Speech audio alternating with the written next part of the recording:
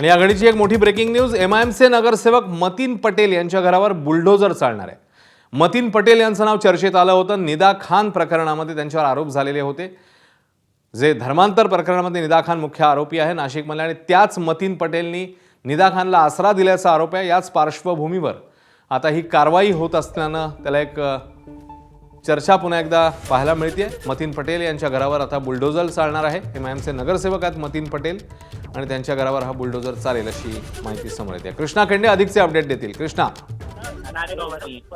Hello hello Krishna, माझा आवाज पोहोचतोय? हो, आवाज पोहोचतोय। कृष्णा, या कारवाईबद्दल अधिकचे अपडेट। आपण काल पाहिलं होतं की मतीन पटेलने एक खरेदी केलेलं घर आहे, ज्या ठिकाणी निदा खान हिला लपवण्यात आलेलं होतं।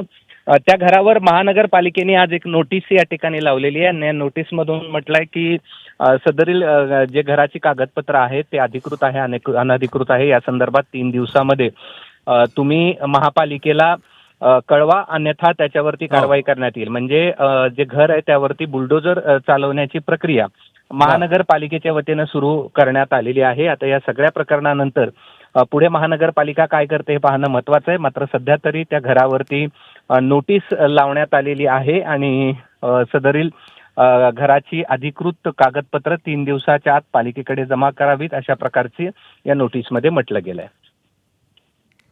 कृष्णा, धन्यवाद या सगळ्या सविस्तर माहितीबद्दल।